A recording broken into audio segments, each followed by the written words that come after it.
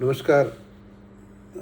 इस महीने का एम्फी का डेटा कल रिलीज़ हुआ, फिर आज मार्केट में करेक्शन भी कंटिन्यू हुआ, तो मैंने सोचा ये अच्छा मौका होगा कि एक शॉर्ट टर्म आउटलुक मार्केट और फ्लोज के ऊपर बनाए और क्या इन्वेस्टमेंट में क्या बदलाव कुछ करना है कि नहीं, उसके बारे में मेरी सोच आपके साथ मैं शेयर कर लूँगा।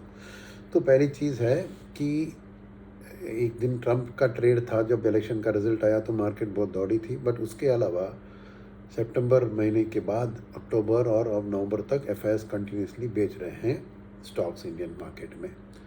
और इसीलिए एक महीने का भी अभी रिटर्न देंगे तो करीबन निफ्टी का 4-4.5% गिरावट, मिड कैप का 5-6% और स्मॉल कैप का भी उसी लेवल में गिरावट आया है। तो क्या ये एफआईएस क्यों बेच रहे हैं और आगे भी कुछ ऐसी स्थिति कंटिन्यू हो सकती है कि ये नहीं, इसके ऊपर मैं थोड़ी अपनी विचार आपको पेश करूँगा। तो पहली चीज़ है एफआईएस क्यों बेच रहे हैं इंडिया को, राइट। तो इसमें दो तीन चीज़ आपको सामने रखूँगा मैं। एक ये है कि ट्रंप के आने के बाद जो माहौल बनने वाला है वो है कि वो टैरिफ लगाने वाले हैं चीन के ऊपर 70%, 60% और बाकी देशों पर 10-15% की बात की है मैंने। अगर वो होगा तो क्या होगा कि नेचुरली आपको फिनिश प्रोडक्ट जो अमेरिका में आएगा उसका इनकम अमेरिका को आएगा टैरिफ इंपोर्ट ड्यूटी के ज़रिए, या फिर अमेरिकन कंपनियां क्या करेगी कि या वो चाइना में जाके अपना फैक्ट्री सेटअप करके मैन्युफैक्चरिंग ताकि टैरिफ ना लगे, या चाइना अपनी मैन्युफैक्चरिंग कई और कंट्री को करके उनका लोअर टैरिफ से करे। ऐसी कुछ कॉम्प्लिकेशन आएगी, मगर ओवरऑल ये अमेरिकन इकोनॉमी के लिए पॉजिटिव लगेगा क्योंकि कुछ इन हाउसिंग होगा मैन्युफैक्चरिंग का। तो उधर के स्टॉक मार्केट की ये सोच है कि ट्रंप एक प्रो बिजनेस है, कॉर्पोरेट टैक्स रेट भी शायद कट करेंगे और बिजनेस के लिए माहौल बहुत बढ़िया होगा अमेरिका में। इस सोच के पीछे ऑटोमेटिकली उन्होंने सोचा कि अमेरिकन स्टॉक्स को अभी उछाल देना चाहिए, तो वहाँ पे जो निवेश करने के लिए पैसा चाहिए वो नेचुरली वो इमर्जिंग मार्केट से निकाल कर अपने स्टॉक मार्केट में लगा रहे हैं।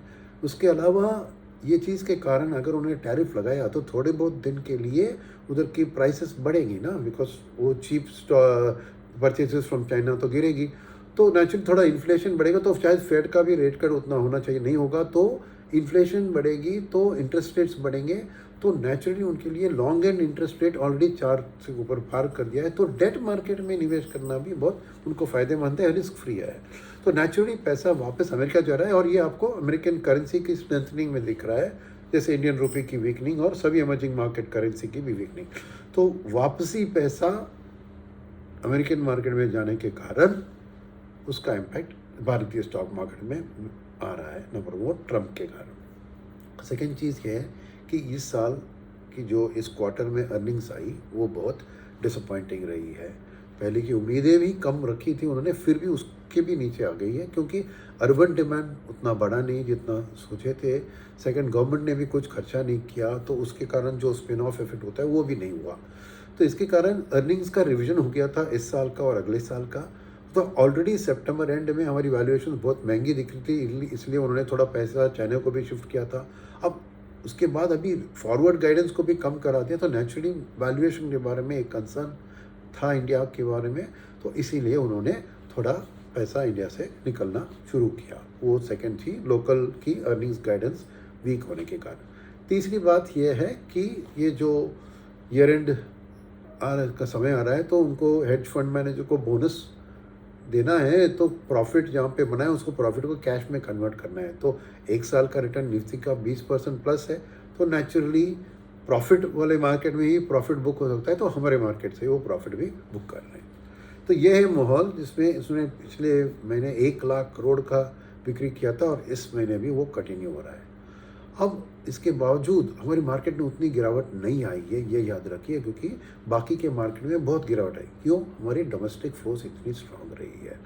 तो आज जो एम्फी का जो डेटा है वो इस पर स्थापित करता है कि इस महीने करीबन 70,000 करोड़ इक्विटी मार्केट खरीदने लायक पैसा म्यूचुअल फंड इंडस्ट्री को मिला है, जिसमें 40,000 करोड़ लार्ज कैप क्षेत्र में है और 30,000 मिड एंड स्मॉल कैप क्षेत्र में।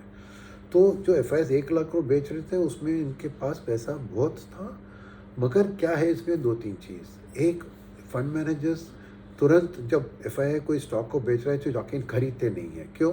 गिरावट के लिए वेट करते हैं, क्योंकि उनकी क्या है, वॉलेटिलिटी की उनकी कोई लेना देना नहीं है। वॉलेटिलिटी हो तो हो, उनको चाहिए सस्ते में अच्छे स्टॉक, ताकि फ्यूचर वेल्थ क्रिएशन वो क्रिएट करके अपने इन्वेस्टर को दिलवा सके। इसलिए वो जो कब बेच रहे हैं एफ तो उसको गिरने देते हैं, उसके बाद ही जाके खरीदते हैं। वो एक कारण है कि इतना पैसा रखे हुए भी करेक्शन क्यों हो रहा है। सेकेंड बात यह है कि एफ बेच रहे हैं, पूरा 1 लाख करोड़ था लार्ज कैप और लार्ज मिड कैप स्टॉक में, बट म्यूचुअल फंड के पास आधा पैसा मिड स्मॉल कैप में आ रहा है ना। तो नेचुरली दो चीज़ होती है, तो आधा पैसा ही लार्ज कैप को कवर कर सकते हैं, और उससे ज़्यादा भी उनको लार्ज कैप खरीदना चाहिए तो उनको वो मिड कैप में पोर्टफोलियो से मल्टी कैप फंड में वहाँ पे मिड कैप कंपोनेंट को कम करा के वो स्टॉक को बेच के वो पैसा लेके ही लार्ज कैप खरीद सकते हैं ना। तो इसीलिए वॉलेटिलिटी खाली लार्ज कैप में नहीं रहती है। लार्ज कैप बेच रहे हैं फिर भी वॉलेटिलिटी लार्ज मिड और स्मॉल में आता है, क्योंकि यहाँ पे लिक्विडिटी बहुत कम होती है। कुछ छोटा मोटा शेयर को थोड़ा भी बेचा तो प्राइस गिरावट ज़्यादा आ जाता है ना। तो ये है कारण क्यों हमारी मार्केट में इतनी वॉलेटिलिटी है। अब आने वाले दिन में यह कंटिन्यू हो गए, बिल्कुल कुछ दिन के लिए ऐसा ही होगा। क्यों? क्योंकि जब तक और करेक्शन नहीं होती, कोई ये करेक्शन ना होना का जिसने 4% ही करेक्शन हुआ है, पूरा वैल्यूएशन का जो हवा है वो उठा गया नहीं है। और थोड़ा करेक्शन होगा तभी जाएगा, तो और थोड़ा करेक्शन आ सकता है, बहुत बहुत भयंकर नहीं। क्यों? जैसे इस महीने का देखा आपने 25,000 करोड़ का SIP बुक भी पार कर दिया है, 70,000 करोड़ ओवरऑल इन्फ्लोज आए हैं। तो ऐसी पैसे जो आ रही है म्यूचुअल फंड मैनेजर के हाथ में, वो इस वॉलेटिलिटी को कम करा के गिरावट को कम कराने की शक्ति है।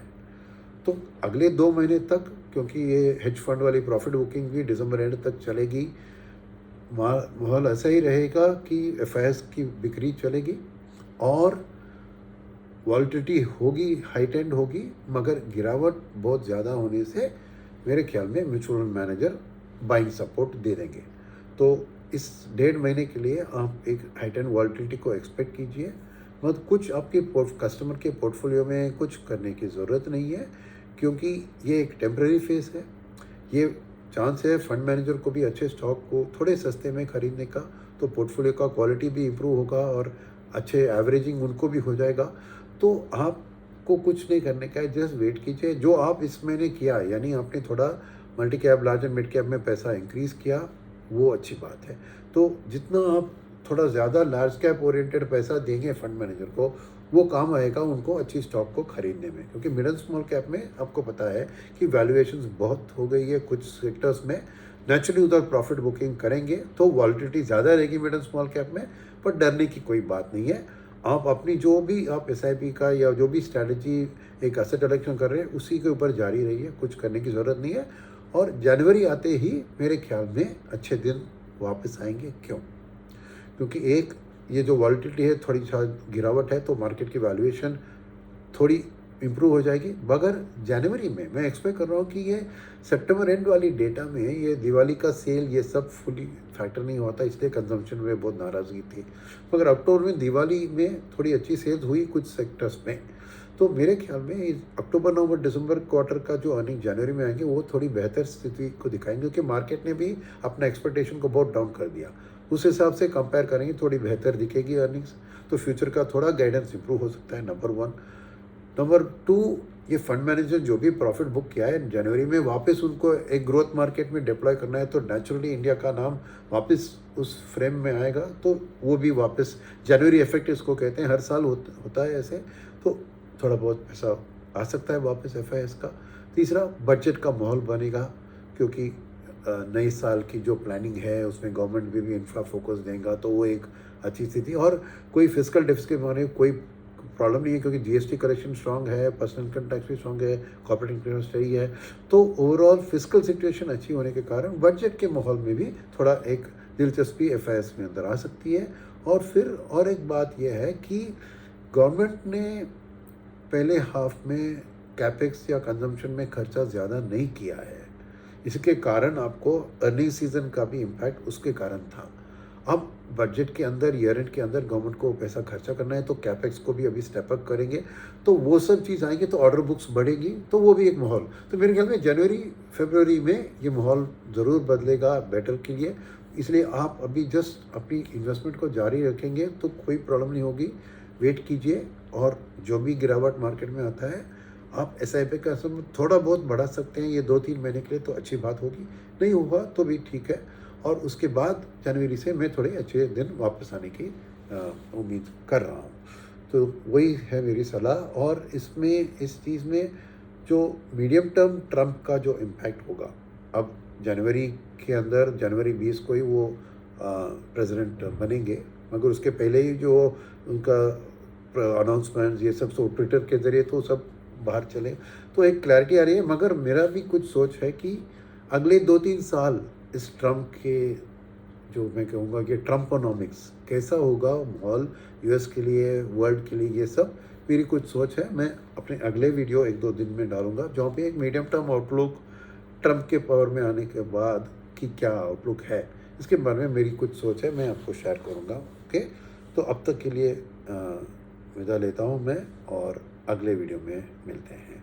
धन्यवाद, और आगे सोच।